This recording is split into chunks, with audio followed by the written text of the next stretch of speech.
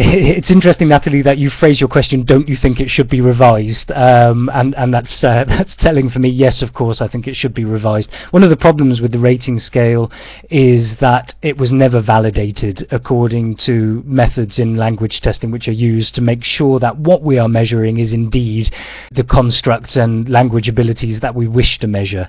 And I think to a certain extent the scale does include things which are not necessarily strictly important for radio communications, and perhaps doesn't describe a sliding scale of improved performance from level 1 to level 6 in a particularly adequate fashion. That said, in ICAO's defence, I think there are some elements of the scale which work extremely well. That there are 6 descriptors means that we are describing quite a broad scope of language proficiency. I particularly like the interactions descriptors, and I think the ability to turn take and to manage and organise discourse, and in particular being able to manage repair in spoken discourse, the use of checking, confirming and clarifying, those are absolutely essential skills in many contexts, but particularly important in radio communications.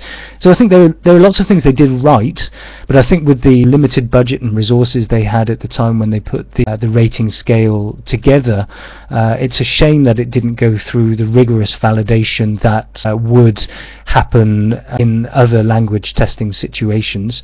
And I think had it had that sort of scrutiny and analysis before it became an operational rating scale, I think we would be using something which was much easier to use than the one we have now. Of course, it's really easy to pick holes in things. You can take one look at any tool that we can use or that we can find for language assessment, and likewise for language teaching, and pull it apart and find areas that are not covered.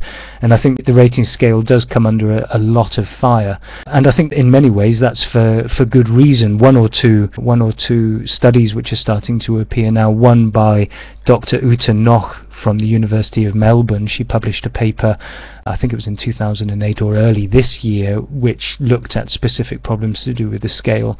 And I think as we get more research from applied linguists and from language testers, and also from practitioners in language classrooms, we'll be able to inform ICAO and inform the area of aviation English, and perhaps revise and develop the scales.